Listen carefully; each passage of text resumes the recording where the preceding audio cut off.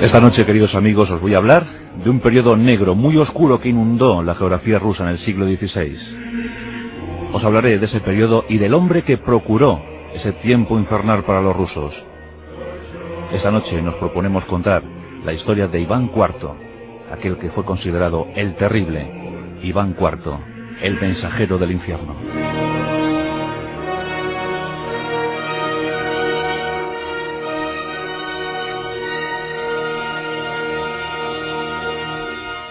En el siglo XVI, Rusia no es tal y como la conocemos hoy en día. No era tan grande todavía. Aunque sí muy extensa en territorio, venía a representar más o menos el equivalente a España, Italia, Francia y Gran Bretaña. Por tanto, una extensión de más de 1.700.000 kilómetros cuadrados. Y en el siglo XVI ocurrieron acontecimientos muy importantes para ese país. Y mucho tuvo que ver Iván Vasilievich, Iván IV, el primero de los zares rusos.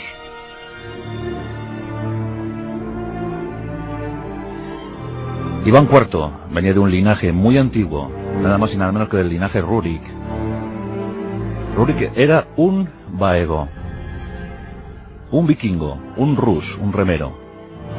Y de aquel linaje venía la familia de Iván IV. Los varegos eran llamados así por provenir del mar de Barents o del Báltico.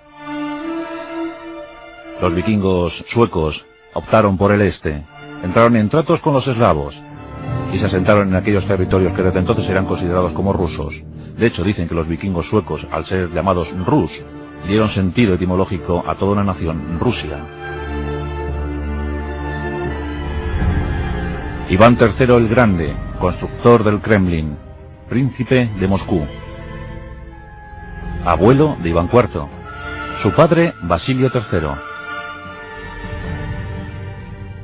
Su padre se había casado con una princesa lituana, de nombre Elena Konglikova,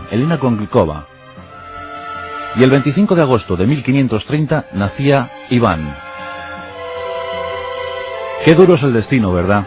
Iván tenía un hermano llamado Yuri.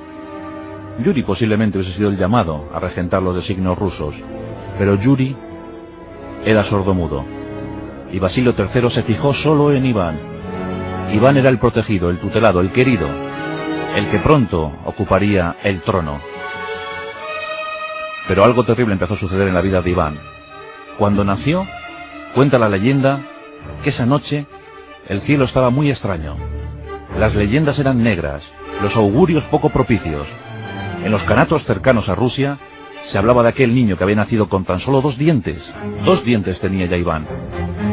Curiosa historia la de Iván y su dentición, porque aunque nació con esos 2 dientes prematuros, tardó 50 años en desarrollar toda la dentición. Dicen que la mujer de uno de los canes del kanato de Kazán dijo que ese niño había nacido con 2 dientes, y que sin duda uno de los 2 dientes destrozaría Kazán, pero el otro destrozaría a los propios rusos.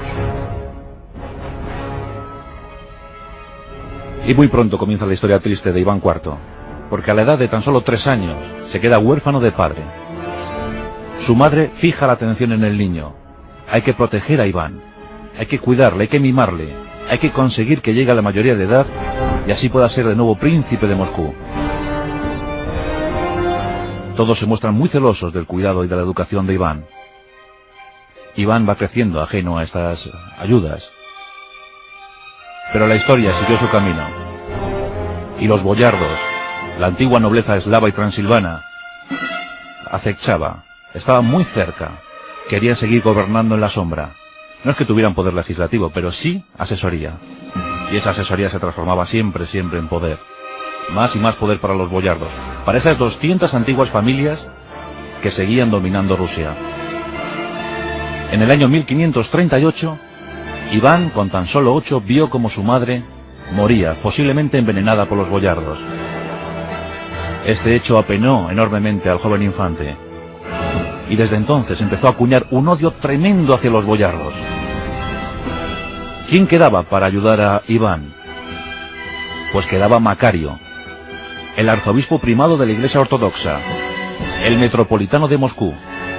Y Macario albergaba una secreta ambición: hacer de Moscú la tercera Roma.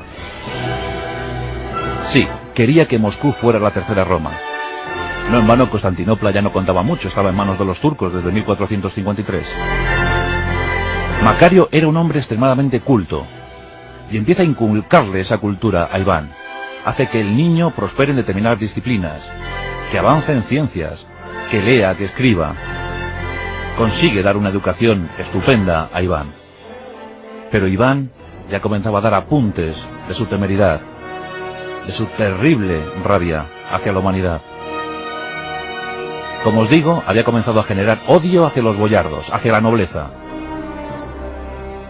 Y esa nobleza se había hecho con el poder, desde luego. Iván era muy pequeño y los boyardos amenazaban. La familia Chusky consiguió hacerse con ese poder. Pero Iván notó algo. Cuando tenía 12 o 13 años, notaba agradecido el servilismo que hacia él profesaba la gente, el pueblo, los servidores, los criados. Y empezó a usar ese poder. Consciente de él, comenzó a ordenar ejecuciones con tan solo 12 o 13 años. Los caminos cercanos a Moscú se llenaban con las sogas de los ahorcados. Gente empalizada. Eso lo ordenaba un niño de 13 años. Incluso al líder de la familia Chusky, Andrei Chusky, también le condenó a muerte arrojándole a los perros. Una de sus aficiones favoritas era subir a las altas torres del Kremlin. Kremlin en ruso significa fortaleza. Y desde allí lanzar perros al suelo para ver cómo se estrellaban. Era el comienzo de la historia negra de Iván IV. Pero Macario no quería hacer caso a estas historias y empezaba a buscar entre el linaje de Iván para asegurarle el futuro.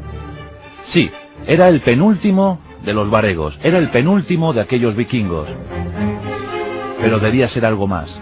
Y Macario, forzando mucho la máquina de la historia, encontró un entronque con la casa de los Augustos romanos, nada más y nada menos, y proclamó que Iván era descendiente también de los Césares romanos. Todo estaba dispuesto. Llegaba la mayoría de edad para Iván. Este la consiguió a los 15 años.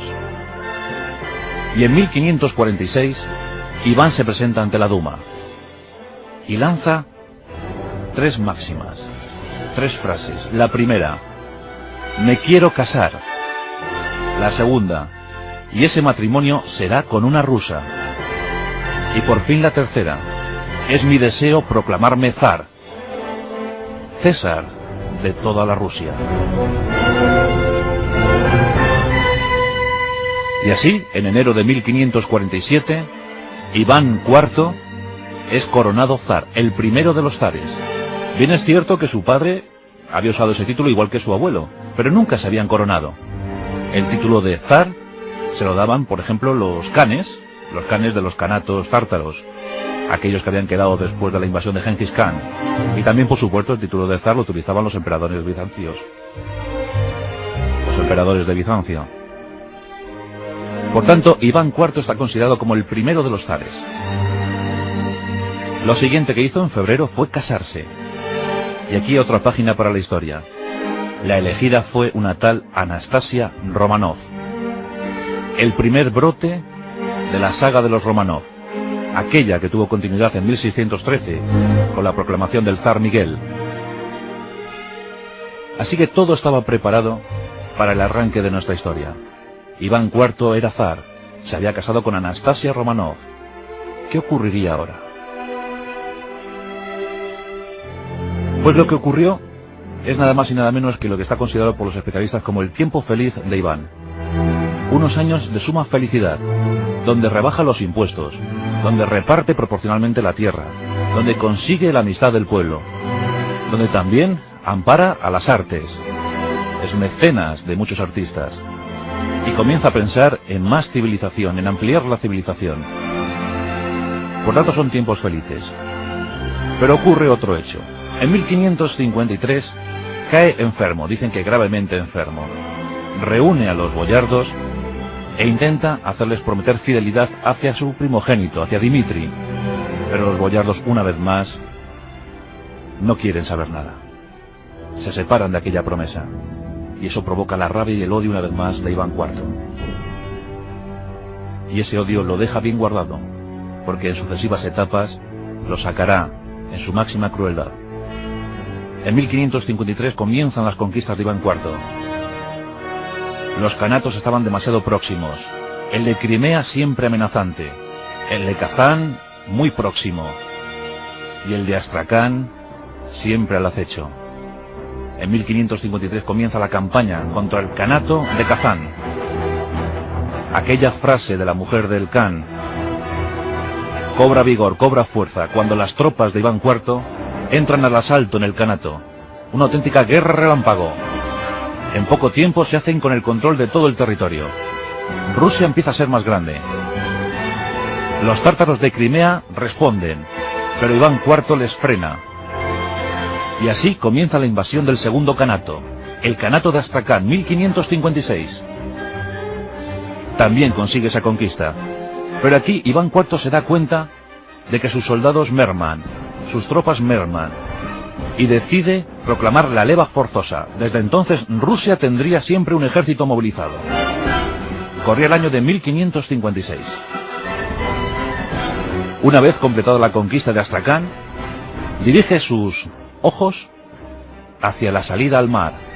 Rusia estaba prácticamente encerrada, apenas tenía unos pocos puertos en el norte y esos siempre estaban congelados. Tiene que buscar una salida hacia el mar Báltico. Y en su camino está Livonia. Y comienza la campaña más cruel de Iván IV el Terrible, la campaña de Livonia, una guerra absurda, estéril, que duraría casi 25 años. 25 años en conflicto, no solo con la gente de Livonia, sino también con los polacos, con los lituanos, con los suecos. Ya entonces había acuñado el término terrible, que por cierto es una mala traducción, porque en Kazán y en Astracán le llamaban Iván IV Grozny.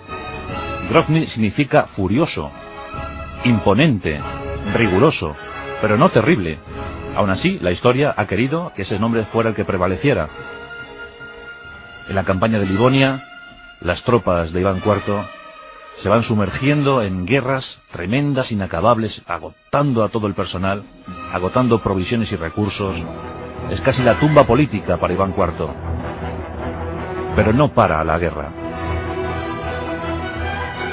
Y llega el terrible año de 1560.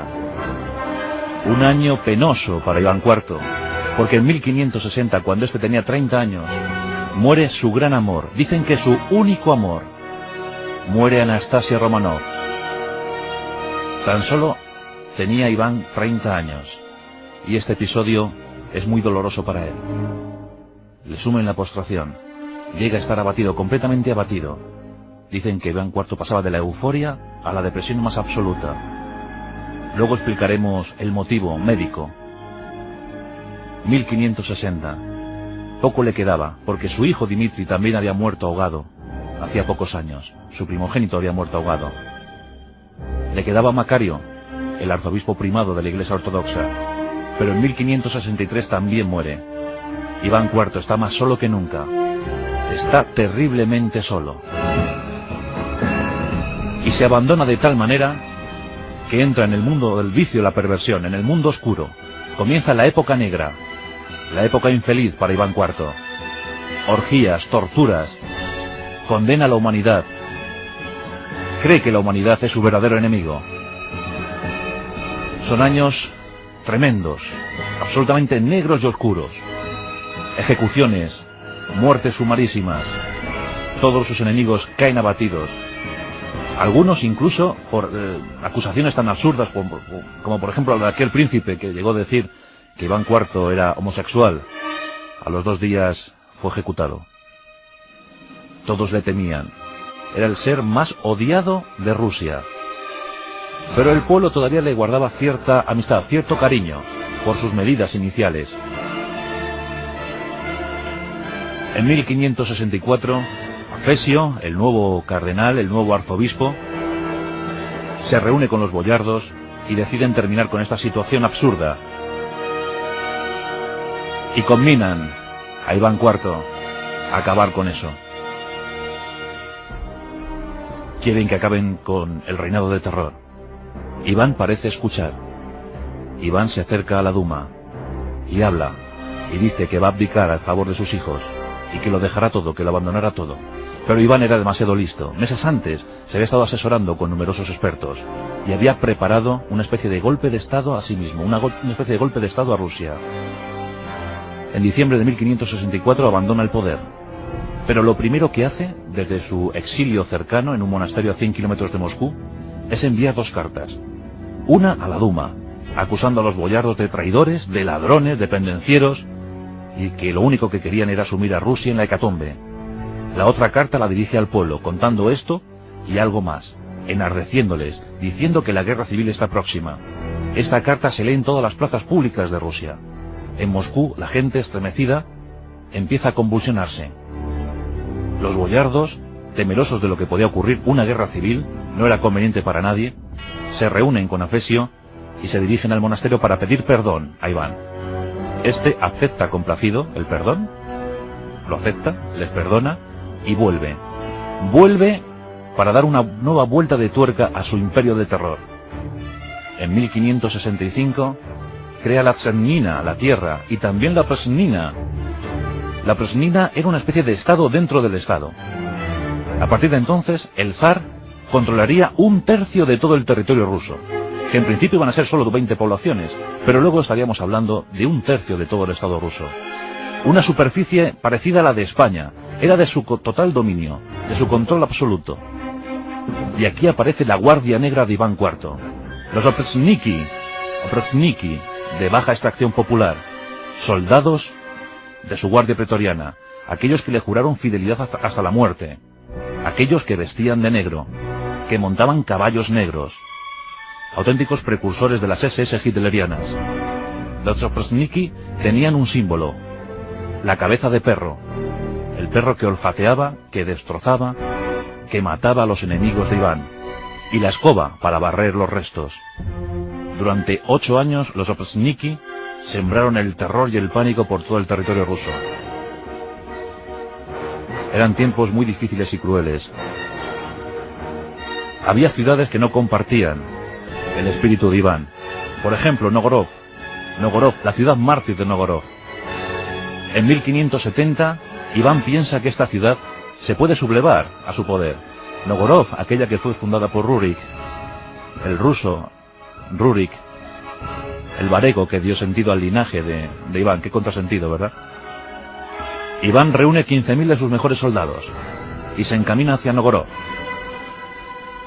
Y allí se produce la tragedia. Iván llega con sus 15.000 hombres, asedian la ciudad y entran al asalto, la toman al asalto. Y durante 6 semanas, hombres, mujeres, niños, ancianos, fueron empalizados, fueron ahorcados, mutilados, sometidos a tortura. Las cifras no se ponen de acuerdo. Unos dirían que las muertes estuvieron en torno a 27.000. Otros elevan esa cifra hasta los 60.000. Prácticamente toda la ciudad sucumbió ante la ferocidad de Iván IV el Terrible. Durante siglos los rusos hablaron de aquella atrocidad. Pero en 1571 se produce una nueva historia dentro de la tragedia. Los tártaros en Crimea se revuelven. Devlet Giray, su líder, avanza hacia Moscú. Iván IV envía tropas, pero todas son rechazadas. Los tártaros incontenibles. Y aquí Iván IV hizo gala de una de sus famosas costumbres, la cobardía. Ya había demostrado en anteriores batallas que no era muy propenso a entrar en combate en primera línea. Y aquí, ante el temor de que llegaran los tártaros, huye hacia Inglaterra. Él mantenía muy buenas relaciones comerciales con Inglaterra, incluso llegó a pedir la mano de Isabel de Inglaterra, Isabel I. Es curioso, pero sí la pidió, esa mano fue rechazada.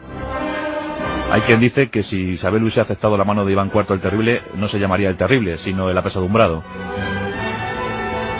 Pero Iván IV opta por el exilio y se larga. Los tártaros llegan a Moscú, ponen el sitio e incendian Moscú, el terrible incendio de Moscú. Una de las páginas más oscuras de la historia de Rusia. Los tártaros entraron en la ciudad. La matanza fue terrible. 60.000 personas en los combates. Dicen que más de 1 millón con las hambrunas e incendios posteriores.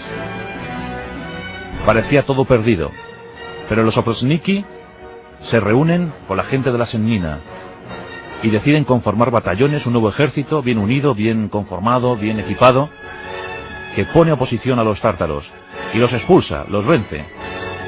Lo consiguen a pesar de todo. Iván IV, que ya estaba firmando su testamento en Inglaterra, se entera y vuelve victorioso. Su guardia negra le está esperando. Iván IV es aclamado por sus guardias negros. Pero eso sí, la gente de la Semnina, la gente de la nobleza, le impone algo. La Proznina debe ser disuelta, los oprosniki también. Esa guardia negra, esa auténtica guardia de muerte, debe ser disuelta. Y aquí ponen fin a 8 años de terror y de pánico. Iván IV accede porque, bueno, al fin y al cabo ya se estaban volviendo muy peligrosos. Eran tiempos muy difíciles. Mucha mortandad entre los rusos. Se habla de centenares de miles de muertos en el periodo de vigencia de Iván IV el Terrible. Los polacos seguían hostigando en Livonia. Stefan Batory estaba ya muy integrado y muy dispuesto a poner fin a las ansias expansionistas de Iván IV. Hay un periodo indeciso en 1575 donde parece que va a dejarlo todo Iván, pero no termina de dejarlo. Sigue entregado al vicio, a la perversión, llega a afirmar, muy ufano, que él solo había desvirgado a más de 1000 doncellas. Y lo que es peor, que después se había deshecho del fruto de esas 1000 doncellas, de los hijos. En 1581, uno de los episodios más sangrientos de Iván IV el Terrible, porque qué cosa hay más sangrienta que matar a un propio hijo, ¿verdad? Su primogénito, Iván Ivanov, en un arranque de rabia, en una discusión, Iván IV, coge uno de sus bastones, terminado en punta de hierro, y lo impacta contra el cráneo de su propio hijo. El resultado, fatal, la muerte. Dicen que Iván IV se arrepintió enormemente de esto, pero ya lo había hecho. Se había quedado sin primogénito, se había quedado sin sucesor, su propio padre le había matado. Eso en 1581. El fin estaba próximo, pero antes, una de las páginas brillantes dentro del reinado de Iván IV, la conquista de Siberia. Hacía años que Iván IV había dado permiso a la familia Strogonov para las relaciones comerciales en aquella zona. Eran tratantes de pieles, mercaderes de la piel. Iván IV ambiciona poseer Siberia. No se conocían las fronteras, no se conocían los límites. Y eso para un megalómano era demasiado apetitoso. Así contrata a un cosaco. Ya sabéis que los cosacos eran una especie de casta de guerreros libres que huían de los territorios donde estaban los boyardos, donde estaba la nobleza, y hacían de la suya, sobre todo en Ucrania. Se movían a sus anchas en territorio de nadie, y eran estupendos guerreros. Iván IV contrata a Umag Timofley, y este con 840 cosacos inician la conquista de Siberia. Llevan muchísimas armas, y se enfrentan a los que allí habitan, y los que allí habitaban no tenían ninguna arma, que no fuera una flecha, un arco, una lanza, una espada. En cambio los cosacos llevaban rifles. La conquista es propicia. Iván IV está muy agradecido a Umag, le regala una armadura, que por cierto sería nefasta porque un año después, vadeando un río, el cosaco se ahogó víctima del peso enorme que tenía esa armadura. Así que, de manera indirecta, Iván IV se quitó un héroe de encima. Tiempos terribles, ¿verdad? En 1584, el 18 de marzo, moría Iván IV el Terrible. Llevaba 2 años de sopor, de terribles sopores. Nadie sabía a qué atribuir esos sopores. Envuelto en ese sopor, la verdad es que el pueblo ruso agradeció mucho esa situación, porque supongo que hubo menos ajusticiamientos. Pero víctima de ese sopor, muere Iván IV. Dicen que el último día todavía alcanzó la lucidez necesaria para entonar cánticos y pedir su tablero de ajedrez. Cuando situó las piezas en el tablero, antes de iniciar el primer movimiento, Iván IV se estremeció y cayó de espaldas muerto. Mucha gente respiró aliviada. Había terminado el terror. Siglos más tarde, al encontrar los restos óseos de Iván IV el Terrible, se intentó averiguar cómo era la cara, cómo era la faz de aquel que había sido tan nefasto para la historia de Rusia. Se empezó a reconstruir, y efectivamente, un rostro lánguido, como él era. Desde niño había comido muy poco, un aspecto muy lánguido, una nariz prominente, barbas y cabellos. Pero algo llamó la atención a los expertos, a los científicos, y es que entre los huesos se encontraron enormes restos de mercurio. Efectivamente, Iván IV tenía la sífilis, como todo el mundo sabe. Bueno, la sífilis y todo el catálogo de enfermedades venéreas de la época. Y en aquellos tiempos, en el siglo XVI, el mercurio era el mejor tratamiento, al parecer, para combatir las enfermedades venéreas. Y como se sabe, el mercurio procura estados alterados de la consciencia, también alteraciones neurológicas. Es decir, que podemos ver a un individuo como Iván IV pasando de la euforia al pesimismo más terrible. Claro, al parecer el mercurio tuvo mucho que ver en ese asunto. Así que la locura de Iván IV vino posiblemente por el mercurio y por la sífilis, claro.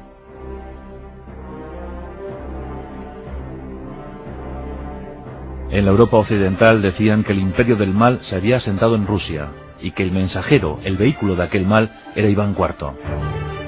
Fijaos cómo estaba la situación. Isabel I en Inglaterra. En nuestro país, por ejemplo, pues el emperador Carlos I de España, V de Alemania, y luego su hijo Felipe II. Los turcos estaban en el otro lado. E Iván IV aparece entre todos estos. El siglo XVI es complejísimo, es además fascinante poder estudiarlo, y sobre todo cuando aparecen figuras como la de que fue considerado fue el primer zar. Después de él, ¿qué llegó? Pues el último de la dinastía varega, Fiódor, su hijo. Lo que pasa es que Fiódor tenía debilidad mental, era un enfermo, y rápidamente fue asesorado por los de siempre. Fiódor fue destituido por su cuñado. Había otro hijo, Dimitri. Lo que ocurre que a Dimitri no se le permitió ser heredero porque no estaba dentro de lo que se consideraba la legalidad. Iván IV se casó 7 veces, pero entonces las leyes decían que solo serían considerados legítimos o aspirantes a herederos los provenientes de los 3 primeros matrimonios. Por tanto, Dimitri quedaba fuera. Y todos aprovecharon de Fiódor, el último de la dinastía varega. Como ya os he dicho, en 1613 llegaría de nuevo la genealogía Románov y el zar Miguel sería proclamado. Pero hasta entonces, terribles conflictos civiles, guerras intestinas, la constante en Rusia. Hoy hemos dedicado nuestros pasajes de la historia a este personaje tan tremendo llamado Iván IV, el feroz, el terrible, el imponente.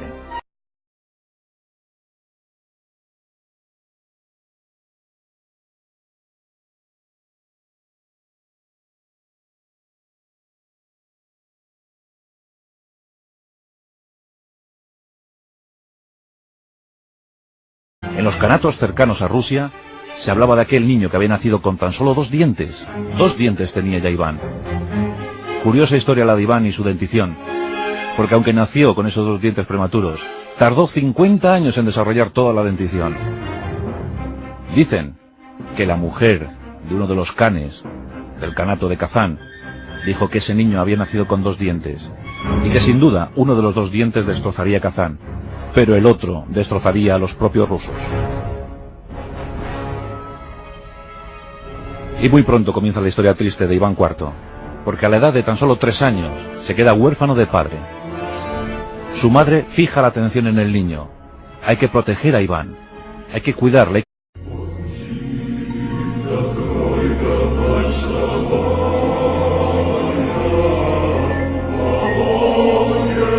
Esta noche, queridos amigos, os voy a hablar de un periodo negro muy oscuro que inundó la geografía rusa en el siglo XVI.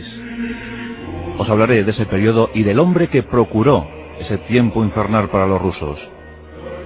Esta noche nos proponemos contar la historia de Iván IV, aquel que fue considerado el terrible Iván IV, el mensajero del infierno.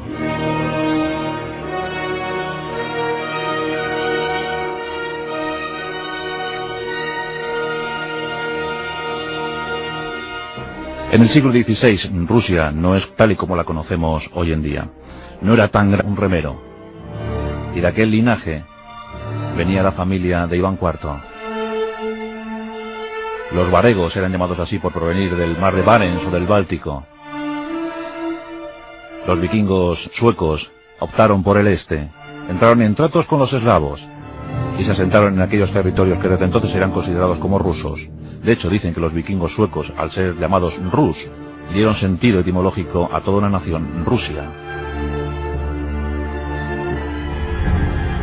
Iván III el Grande, constructor del Kremlin, príncipe de Moscú, abuelo de Iván IV, su padre Basilio III. Su padre se había casado con una princesa Ande todavía, aunque sí muy extensa en territorio. Venía a representar más o menos el equivalente a España, Italia, Francia y Gran Bretaña. Por tanto, una extensión de más de 1.700.000 kilómetros cuadrados. Y en el siglo XVI ocurrieron acontecimientos muy importantes para ese país. Y mucho tuvo que ver Iván Vasilievich, Iván IV, el primero de los zares rusos.